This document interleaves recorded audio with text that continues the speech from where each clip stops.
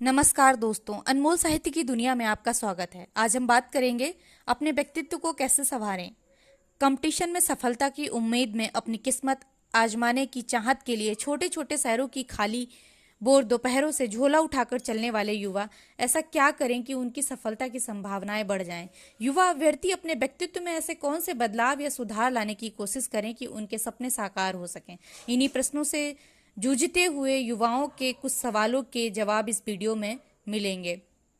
इसमें कोई संदेह नहीं है कि कोई भी युवा अपने समग्र व्यक्तित्व में कुछ प्रभावी सुधार लाकर एग्जाम ही नहीं, जीवन में भी ओवरऑल सफलता की अपनी संभावनाओं को कमोबेश बढ़ा सकता है। इसमें से भी कुछ जरूरी बातें हैं। जीवन में जिंदा दिली हमेशा बनी रहे। हमने ऐसे तमाम जीवंत उदाहरण सुने हैं जब लोगों ने अपने जीवन और जुनून से बड़ी चुनौतियों का सामना कर आगे की राह बनाई है। मैथिली शरण गुप्त जी ने लिखा है, जितने कष्ट कंटकों में हैं, जिनका जीवन सुमन खिला, गौरव गंध उन्हें उतना ही, यत्र तत्र सर्वत्र मिला। जिंदादिली और जुनून का आलम यह होना चाहिए कि मुझे हर हाल में आगे बढ़ना है और अपना रास्ता खुद गढ़ना है। यहाँ यह भी ध्यान रखना जरूरी है कि जुनून भी आसक्ति अटैचमेंट से प्रभावित नहीं होना चाहिए। जब कोई व्यक्ति सफलता की प्रबल इच्छा के साथ नतीजे के सोचे बगैर आगे बढ़ता है तो उसकी सफलता की संभावनाएं बहुत बढ़ जाती हैं। इस तरह की सोच के साथ तैयारी करने पर व्यर्थ के तनाव एवं दबाव से बचा जा सकता है और बेहतरीन प्रदर्शन को संभव बनाया जा सकता है। मंजिल मिले या ना मिले, जिंदगी कभी रुकती या थमती नहीं है और व्यक्ति अपने जीवन में बेहतरी के लिए हमेशा प्रयास जारी रखता है। मन में हमेशा विश्वास रखना चाहिए। तैयारी और संघर्ष की लंबी, उबाऊ और थकावट भरी प्रक्रिया में कई बार ऐसा होता है कि आपके अपने माध्यम, तरीके, अपनी काबिलियत या खुद पर ही आपकी आस्था डगमगाने लगती है। कभी कभी ऐसा भी लगता है कि यह परीक्षा या फील्ड मेरे बस का रोग है नहीं है। ऐसा महसूस होना स्वाभाविक है और इसमें कोई दिक्कत भी नहीं है, पर कुछ दोस्त अनास्था के संकट का बुरी तरह से शिकार होकर व्यथित हो जाते हैं और परीक्षा से जुड़े हर पहलू को लेकर एक आशंकापूर्ण और नकारात्मक नजरिए का निर्माण कर लेते हैं। अनास्था इस हद तक कि मेरा तो चयन ही नहीं हो सकता, या मैं कभी अच्छे उत्तर नहीं लिख सकता, या ही नहीं है मेरी, ये सब चिंता के विषय हो सकते हैं। जब अतीत में मुड़कर खुद को देखो तो महसूस होगा कि कई बार आप परीक्षा में उत्तीर्ण हुए होंगे। खुद की काबिलियत पर आस्था आत्मविश्वास को संबल देती है और सफलता के नए क्षितिज खोलती है। आस्था के सौंदर्य को अज्ञे की कालजयी कविता असाध्य वीणा में कुछ इस तरह अभिव्यक्त किया गया है। श्रेय नहीं कुछ मेरा, मैं तो डूब गया था स्वयं शून्य में। वीणा के माध्यम से अपने को मैंने सब कुछ को सौंप दिया था। सुना आपने, जो वह मेरा नहीं न वीणा का था, वह तो सब कुछ की तथता थी। महाशून्य व महामौन, अभिभाज्य, अनाप्त, अद्वित, अप्रेम, जो शब्दहीन सब में गाता है।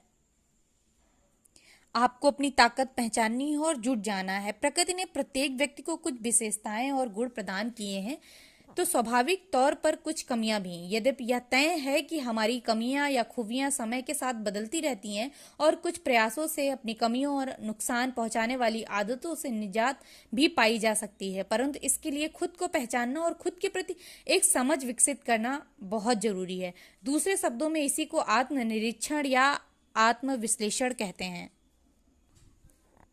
अपने आलोचकों का सम्मान करने का साहस तो कबीर जैसों में ही होता है। निंदक नियरे राखिए, आंगन कुटी छवाए, बिन पानी साबुन बिना निर्मल करे सुभाए।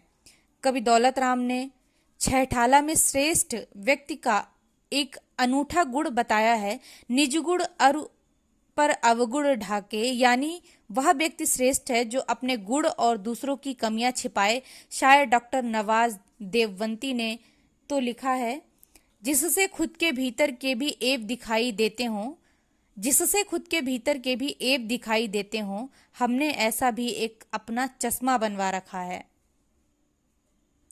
इस तरह यह समझना अनिवार्य ही है कि हमारे व्यक्तित्व में खुद की ताकत और कमजोरियों को पहचानने का हुनर शामिल होना चाहिए। खास तौर पर यदि तैयारी के शुरुआती दौर में ही यह मालूम हो जाए तो अपनी विशेषताओं व गुणों को और निखारा जा सकता है और कमियों पर होमवर्क करके उन्हें काफी हद तक बेअसर किया जा सकता है। आपने बिहार के कर्मयोगी दशरथ माझी की कहानी सुनी होगी। धुन के पक्के एक शख्स ने अपनी जिद से पहाड़ को चुनौती दी और अकेले दम पर पहाड़ पर छेनी हथौड़ा चला चलाकर राहगीरों के लिए रास्ता बना डाला।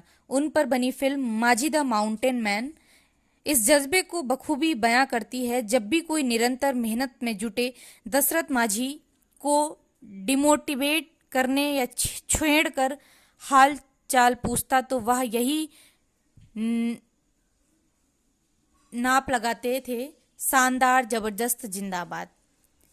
शिव खेड़ा ने भी लिखा है, चीजों को अलग ढंग से करने वाले विजेता किस्म के लोग दरअसल जो रणनीति अपनाते हैं उनमें निरंतरता एक प्रमुख तत्व होता है। हमारे आपके बीच ऐसे तमाम लोग होते हैं जो शुरुआत तो बड़ी शानदार और महत्वाकांक्षी ढंग से करते हैं पर अपने उस जज्बे या चिंगारी को कायम नहीं रख पाते हैं। ऐसे भी तमाम लोगों से हम मिलते हैं जो रास्ते में छोटी छोटी परेशानियों में धैर्य खोकर ढेर हो जाते हैं या परिस्थितियों में ठिकरा फोड़कर खुद को जस्टिफाई करके बेदाग निकलने की कोशिश करते हैं। हमें यह समझना होगा कि जीवन के तमाम क्षेत्रों परीक्षाओं में सफल अभ्यर्थियों के ऐसे ढेरों किस्से हैं जिसमें निरंतरता प्रायः सफलता का एक अनिवार्य तत्व है। आजकल व्यक्ति की योग्यता का आकलन करने के मापदंडों में काफी बदलाव आया है। पहले जहां आईक्यू को ही व्यक्ति की काबिलियत का आधार माना जाता था, वहीं बाद में इसमें ईक्यू, इमोशनल का तत्व भी शामिल हुआ है और आजकल नियोक्ता अपने भावी अधिकारी कर्मचारी के पीक्यू का आकलन करना जरूरी समझने लगे हैं। यदि किसी अधिकारी कर्मचारी को कोई प्रोजेक्ट सौंपा जाए और उसका शुरुआती उत्साह व रुचि कुछ दिनों में खत्म हो जाए तो उस प्रोजेक्ट की सफलता की संभावना निश्चय ही कम हो जाती है। लिहाजा परीक्षा की पूरी प्रक्रिया के दौरान सतत उत्साह और निरंतरता बनाए रखना सफलता की संभावनाओं को कई गुना बढ़ा सकता है। निरंतरता की इस खूबी की जरूरत को रेखांकित करते हुए कवि सोहनलाल द्विवेदी ने लिखा है, जब तक न सफल हो नींद चैन को त्यागो तुम, संघर्ष का मैदान छोड़कर मत भागो तुम, मत भागो तुम। कुछ किए बिना ही जय जयकार नहीं होती, कोशिश करने वालों की कभी हार नहीं होती, कोशिश करने वालों की कभी हार नहीं होती। मिलते हैं नेक्स्ट वीडियो में किसी नए टॉपिक के साथ। तब तक के लिए धन्यवाद। Bye bye.